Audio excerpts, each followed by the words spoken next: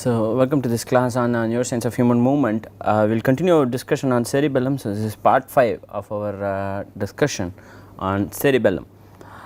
So, in this class, we will be discussing the vestibulocerebellum or flocculus and nodulus or the flocculonodular lobe, and how flocculus and nodulus receive input from the vestibular nuclei and how they output to the vestibular nucleus, a unique feature of the vestibulocerebellum, and how the vestibulocerebellum contributes to balance and eye movements, and how vestibulo-ocular reflexes are modulated in the presence of lesion, for example, or how they are controlled in healthy cases by the vestibulocerebellum. Vestibulocerebellum is the early cerebellum or the archicerebellum. So, we will discuss that in today's class. So, this is an outline of the cerebellum. We know that is the cerebrocerebellum.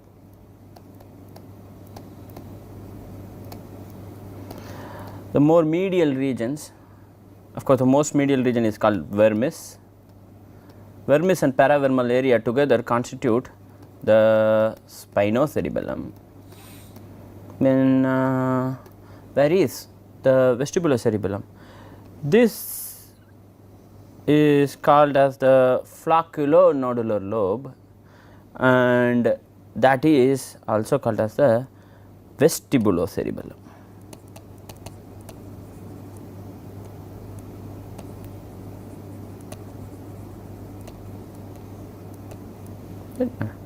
So, that is the vestibulocerebellum. So, it turns out that the vestibulocerebellum receives input from the vestibular labyrinth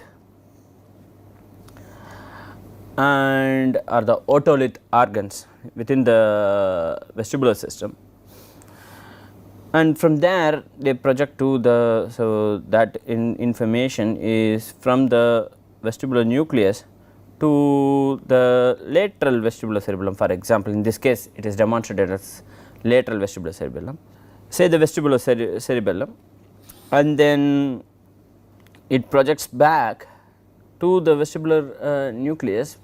But what is it going to do? The vestibular nucleus actually has projections to the vestibulospinal tract. So, the vestibulospinal tract means it projects to motor neurons in the spinal cord through the vestibular system. That means movements can be controlled by this tract, right. So, what are the functions that are controlled? Balance and posture.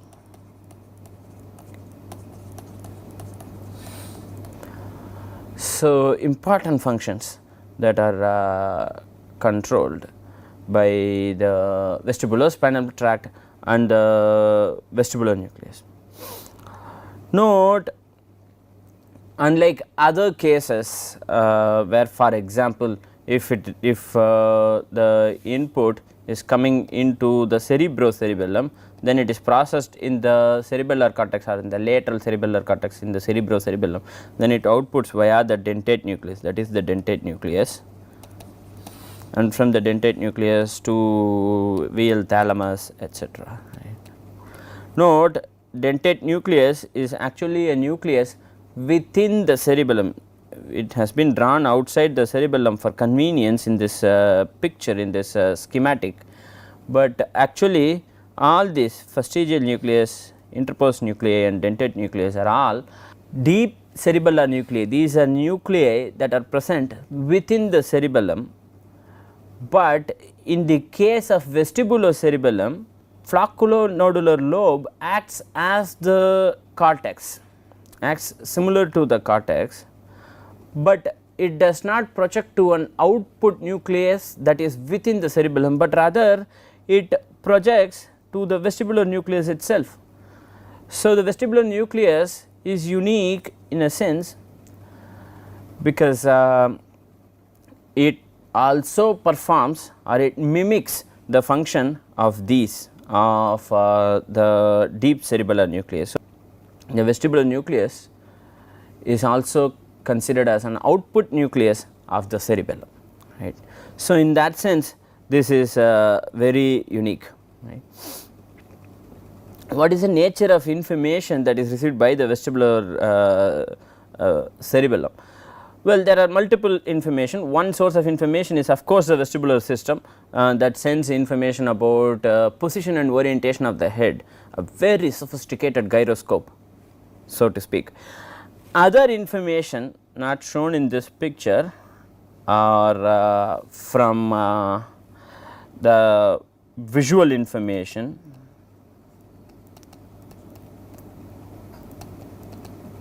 This is coming via two pathways, two separate pathways.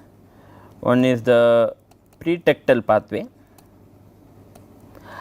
the other is information that comes from the primary and secondary visual cortex, and that reaches via the pontine nucleus and the pretectal cortex and the pretectal nucleus. So, information is received both about the head position and orientation and visual information. So, both of these are in some sense combined. So, that must give us an idea of what is probably the function of this particular nucleus. An important function of this nucleus is in the regulation or control of vestibulo-ocular reflexes. What are these? It turns out that when you rotate your head in a particular direction, say for example, if I am rotating my head to the right, suppose I am doing that, right. If I have no need to fixate or look at an object as I am rotating to the right, then my eyes will move along with the head, or the eyes will not move relative to the head. There will be no relative movement between the head and the eyes will not move in the opposite direction at least. But suppose I have to look at the camera and I have to rotate my head, I am doing that now for example. Now I am looking at the camera and I am rotating my head to the right. That means what? For me to maintain fixation at the camera or say this object, now I have to maintain my vision, or I have to fixate on this object and I have to rotate my head on the right, suppose I have to do that, I am able to do that, right. How is this accomplished? Simple, by rotating, when I have to rotate my head to the right, it is necessary for me to rotate the eyes to the left, right. This is done very naturally without much conscious thought. Is actually considered to be a reflex. Actually this also works in relatively fast head movements. This is called as a vestibulo ocular reflex. So, depending on the nature of the head rotation, depending on whether I am rotating to the right or left, depending on how fast I am rotating, depending on the magnitude of rotation, the reflex will change. It is actually very easy, very possible for healthy individuals to fixate on objects or to perform smooth pursuit actions while they are moving their head. This is a very normal thing. So, how is this accomplished? By performing compensatory eye movements through relative inhibition and excitation of the extraocular muscles on either side. Okay, so this is called as the vestibulo-ocular reflex, right. So, how is this performed how is this accomplished by the vestibulocerebellum, or what is vestibulocerebellum's role in performing this action? Well, that becomes apparent when there are lesions of the vestibulocerebellum, when that happens. Actually, for example, here is a case of an individual who has had left vestibulocerebellar lesion. So, the lesion of the vestibulocerebellum is on the left side. We have seen in the previous classes that cerebellum controls or coordinates functions on the same side of the body or ipsilateral. So, if the lesion is on the left side of the body, then the left side function is going to be compromised. And so, suppose you have to perform sinusoidal movements, right, suppose you have to do that.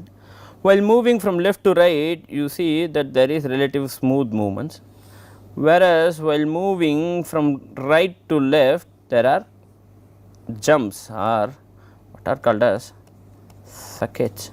Instead of smooth pursuit, so there are different kinds of these eye movements. So, these are technical terms I am using without definition. So, please do check this.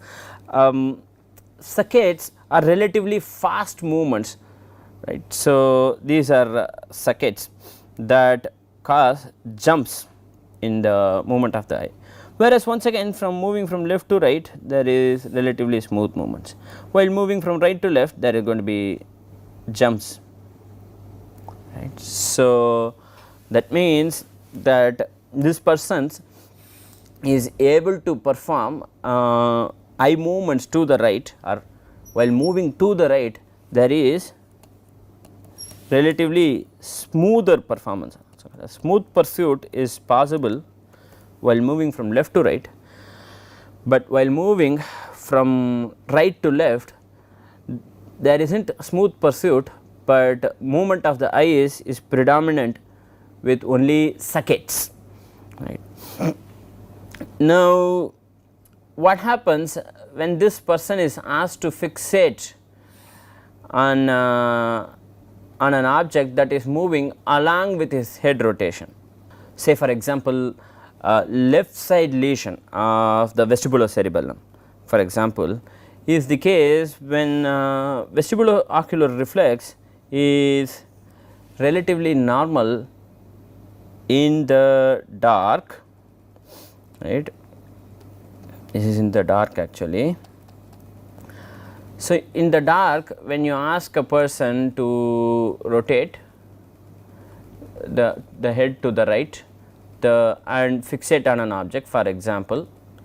So, I have to fixate on that object and rotate to the right, the person can do it, and rotate to the left, the person can do it, and they can do it in the dark, and eye movements are relatively normal in the dark and when you ask them to fixate. When the person's head is rotating and an object is also moving along with the head rotation and your requirement is to fixate on the moving object, when would this be possible? The example of this is, for example, you have a chair and you are rotating, it is a rotating chair, and you are rotating on the chair, and suppose an object is attached to the chair, there is no relative movement of this object with respect to the chair. Suppose there is such an object, suppose I have a stick that is somehow suspended, somehow held in place relative to the movement of the chair. So, as the chair is moving, the stick is also moving. The person who is sitting in the chair is required to fixate on that say for example, this pen that is moving along. In the earlier cases I said the pen is fixed and I am fixating, but suppose the pen is moving as I am moving, right. Suppose that is the situation, suppose I am having the pen like that and I have to fixate on at the tip for example, and the pen is moving as I am moving, suppose such that is the situation. Then people with the left lesion, left side lesion will not be able to perform when leftward movement is there, because there is a normal fixation only during rightward rotation. Actually this is happening through saccades. So, you fixate through saccades. Actually what happens in this case is the vestibulo-ocular reflex is suppressed, right, for a brief time, but that is not possible during the left side rotation, leading to specific deficits. Note that this is happening only when the person has to do it in the presence of light, but not in dark. Okay. So, critical to note is which part of the vestibulocerebellum is responsible for this kind of function. So, within the vestibulocerebellum, the more medial regions, the more medial regions, these are the more medial regions, they project to the lateral vestibular nucleus and further to the vestibulospinal tract to control axial or more medial limb muscles and or limb extensors in to control balance or stance or gait. Right. The more lateral regions of the vestibulocerebellum, they project to the more medial regions. So, the lateral vestibulocerebellum projects to the medial vestibulonucleus. Vestibular nucleus is a nucleus located outside the cerebellum, right, that is responsible for vestibular function, and this is responsible for eye movements and head eye coordination, whereas the medial vestibulocerebellum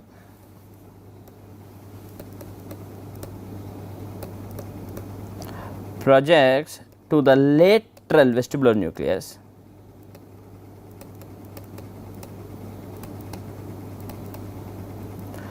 to the vestibulospinal tract to control axial musculature, balance, posture, stance, gait, etc. Right. So, and also we have seen what happens due to lesion, and also remember that vestibulocerebellum is the early cerebellum, it is the archy cerebellum, it is present in fishes and other such lower animals. So, the further development of after the development of vestibulocerebellum, further development led to the paleocerebellum. We know what this is. Paleocerebellum is also the spinocerebellum, is it not? And then we have the neocerebellum. This is basically the cerebrocerebellum. This gives us some insight on the function. It turns out that vestibulocerebellum as the early cerebellum is important for the most primitive or the more basic functions such as balance, head and eye coordination, fundamental functions. Actually head and eye coordination, for example, is considered as a more advanced feature. So, for whatever reason this has been co-opted along with the more basic functions such as balance. Okay. So, with this we come to the end of this class. We will continue this in future classes. So, what we have discussed in today's class, we have discussed how vestibular nucleus and flocculonodular lobe function together, and how vestibulocerebellum contributes to balance and control of eye movements and vestibulo-ocular reflexes, and vestibulocerebellum is the early cerebellum or the archy cerebellum. Okay. So, thank you very much for your attention.